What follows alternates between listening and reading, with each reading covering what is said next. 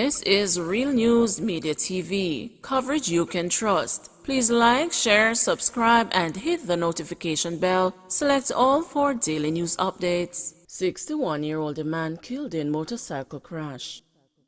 A 61-year-old man died as a result of injuries he sustained in a crash on the Turner Top Main Road in St. Elizabeth on Saturday. Police named the deceased as Robert Gale, a farmer and a resident of the latest district on the Manchester-St. Elizabeth border. A report from the Jamaica Constabulary Forces Communications Unit said about 4:20 p.m. Gale was driving his motorcycle when he collided with another motorcyclist who was traveling in the opposite direction. Gale was taken to the hospital where he was pronounced dead. CCU said the other driver was warned for prosecution pending further investigations. Government prepared to reimpose stricter COVID-19 control measures if necessary, says Tufton.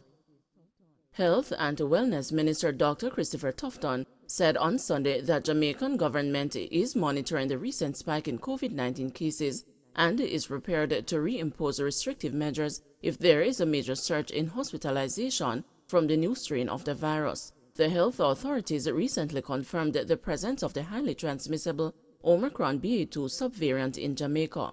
The country's case count has been on the rise over the last week, promoting criticism from some quarters, including public health experts, that the government erred in lifting several restrictions, including the mask mandate. But Dr. Tufton, speaking with the news, defended the decision, saying his ministry will continue to monitor the virus and to keep the public informed and to provide advice to the government. Well, the government has never said that it is permanently fixed on a position it does take. The COVID experience has seen us pivot by tightening up or loosening the measures multiple times. So what we have to do in public health as sort of the chief advisors to any government decision is continue to monitor the environment, monitor the virus, the variant strain, the measures, the encourage vaccination, provide the opportunity, and keep the public informed and provide the advice to the government. So changes are always likely based on what is happening at a particular point in time, and I think that is important to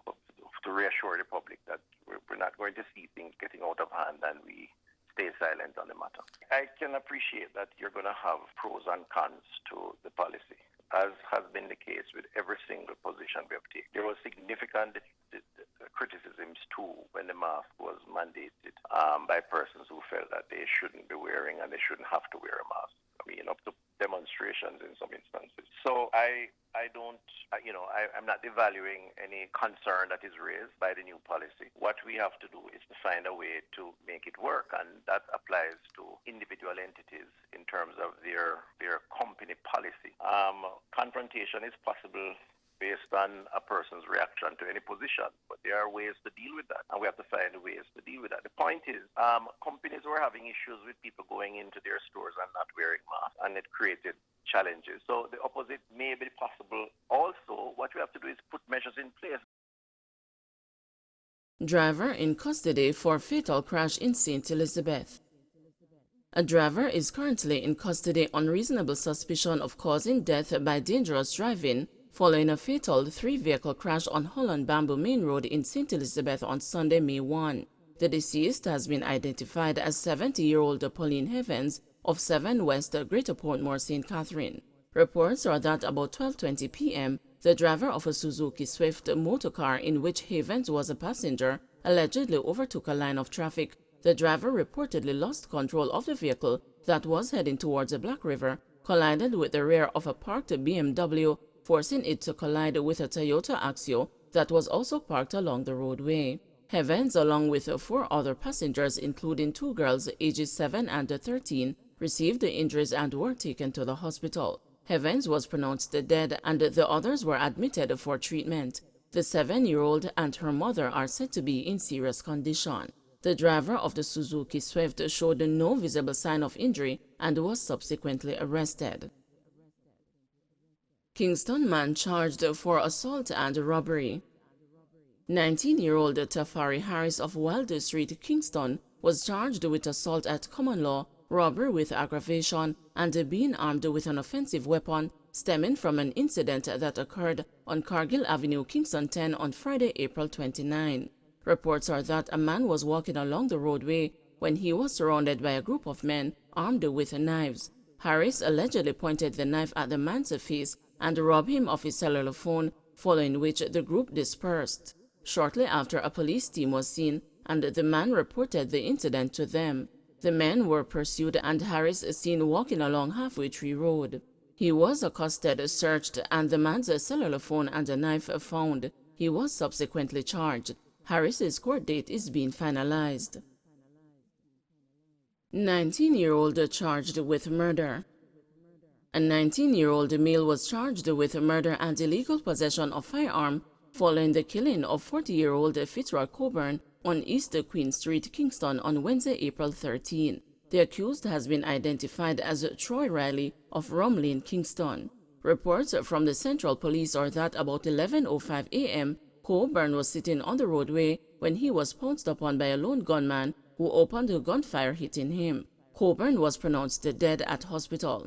Investigations led to Riley's arrest. He was interviewed in the presence of his attorney on Friday, April 29, and subsequently charged. His court date is being finalized. Female teen charged with housebreaking and larceny. A 17-year-old girl was charged with housebreaking and larceny after she allegedly broke into a relative's house in Longwood, Clarendon. Reports are that on Tuesday, April 26, the teen's cousin securely locked her dwelling house and left. Whilst driving home 2 days later, the teen was seen walking along the roadway and was offered a ride. While inside the vehicle, she was seen with a laptop and a cellular phone that did not belong to her. She was taken to the police station. The officers on duty responded and took the complainant to her home, where the back door was found broken and the lock damaged. Several electronic items, cash and clothing were missing. The laptop and the cellular phone were identified by the teen's cousin as items that were stolen from her home. The teen was subsequently charged and is awaiting court date arrangement. Landlord charged for firearms seized in St. Thomas. 36-year-old Ricardo Francis, otherwise called a landlord, a truck driver of 11 miles in Bull Bay, St. Thomas, was charged in connection with an illegal firearm and 10 rounds of ammunition that were seized during an operation in his community on Thursday, April 28. Reports from the Yellows Police are that about 6:30 a.m., lawmen were in the area when a premises occupied by Francis was searched, and the firearm and ammunition found inside a speaker box that was in his possession. He was subsequently taken into custody and later charged with illegal possession of firearm and ammunition. His court date is being arranged. 15-year-old Trishani Barrett missing. An Ananda alert has been activated for 15-year-old Trishani Barrett of Morris Lane, Hertford, Westmoreland, who has been missing since Saturday, April 30. She is of brown complexion, medium build, and is about 163 centimeters or 5 feet 4 inches tall. Trishani has a mole on the left side of her face and is currently wearing green braces on her teeth. Reports from the Savannah Lamar police are that Trishani was last seen at home about 11 a.m. wearing a leopard print blouse and blue jeans. She has not been heard from since. Anyone knowing the whereabouts of Trishani Barrett is asked to contact the Savannah Lamar police at 876-955-2536, police 119 emergency number, or the nearest police station. While over in St. Catherine, an Ananda alert has been activated for 15-year-old Kristen Maxwell of Washington Drive in Windsor Heights, who has been missing since Saturday, April 30. She is of dark complexion, slim build, and is about 157 centimeters or 5 feet 2 inches tall. Reports from the Central Village Police are that Kristen was last seen at home about 6:30 a.m. She was wearing a black blouse and purple tights. She has not been heard from since. Anyone knowing the whereabouts of Kristen Maxwell is asked to contact the Central Village Police at 876-984-2644, police 119 emergency number, or the nearest police station. Police High Command offers condolences to family of man who died in St. Anne crash. The Police High Command has offered condolences to the family, friends, and colleagues of a police constable who was involved in a fatal collision on the North-South Highway on Saturday. The policeman has been identified as 37-year-old Donald Carr, a constable who was assigned to the St. Andrew South Division. Reports from the St. Anne's Bay Police are that about 8:30 p.m., Carr was driving his motor vehicle when he allegedly lost the control of the vehicle and ended up in a ditch. He was taken to hospital where he was pronounced dead. A female occupant also sustained injuries. She is currently being treated at the hospital.